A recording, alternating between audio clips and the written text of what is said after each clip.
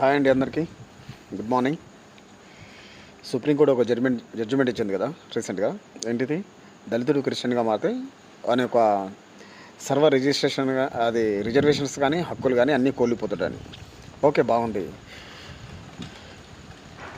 మరి క్రిస్టియన్ అంటే ఈ సుప్రీంకోర్టు కానీ ఈ బీజేపీ నాయకులకు కానీ కక్షణ, మా దళితుడు అంటే కక్షణ ఒకటి మాకు క్లారిటీ కావాలనుకుంటున్నాం. ఏది మా మందకృష్ణ మాదిగన్న లాంటి వాళ్ళకు కానీ మా బీజేపీ జెండలు పట్టుకున్న మా దళితులకు కానీ ఒకటి చెప్పాలనుకుంటున్నాను.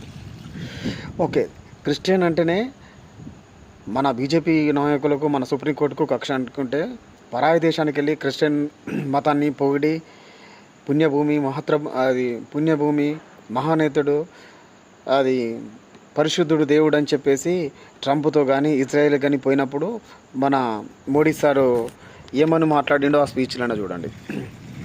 ఇంకొకటి, దళితులకు హక్కులు కల్పించినందుకు మందకృష్ణ మాదిగ 30 ఏళ్ళ ఆయన పోరాటాన్ని విరమించుకున్నందుకు మంచిగా ఉంది. కానీ అదే మందకృష్ణ గారు మాదిగ గారు నువ్వు మా దళిత రిజర్వేషన్లు తీసేస్తున్నావు అని ఇదే బీజేపీ వాళ్ళని అడగాలని నేను కోరుతున్నా. ఎందుకంటే దళితులు కూడా క్రిస్టియన్గా కన్వర్ట్ అవ్వట్లేదు. రెడ్డిలు అవుతున్నారు, బీసీలు అవుతున్నారు, ఎస్టీలు అవుతున్నారు. ఈ దేశంలో అన్ని వర్గాలు అవుతున్నారు. అన్ని వర్గాలకు అన్ని రిజర్వేషన్లు వాళ్ళకి వెళ్తున్నాయి. ఒక 5% ఉన్న ఓసీకి 10% రిజర్వేషన్ వెళ్తుంది.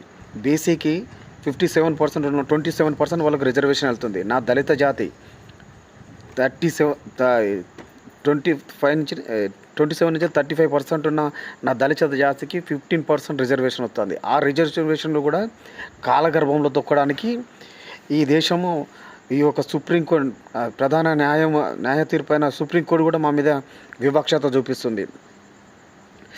ఏమని మాట్లాడరు, ఎవరిని మాట్లాడరు. ఈ దేశంలో దళితుడు అంటే ఒక్కరోజు ఈ అగ్రవర్ణాలు ఎవడన్నా ఉంటే వానికి మా మీద జాలిగి దయా కనికరం ఉంటే మా జీవితాలను బతికి చూడండిరా.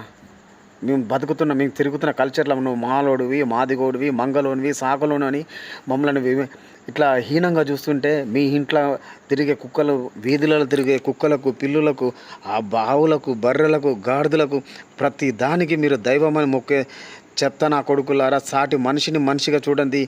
ఏం మతం రా, ఏం కులం రా. మీ హక్కులు మీకు కలవాలి, మా హక్కులు మాత్రం కాలగర్భంగా కలవాలా? మీ మొక్కలు మేము క్రిస్టియన్గా మారుతున్నామా? మీరు మారేటోళ్ళు ఏందిరా? వాళ్ళ అది ఈడబ్ల్యూసీ కింద వాళ్ళకు 10% రిజర్వేషన్ పోతుంది, బీసీలకు 27% పోతుంది. మేము మీకు ఇట్లా అయిపోతున్నామా? ఒక రోజు వస్తుంది, అందరం ఏకమవుతాము, అప్పుడు మీ సంగతి చెప్తాం. జై భీమ్.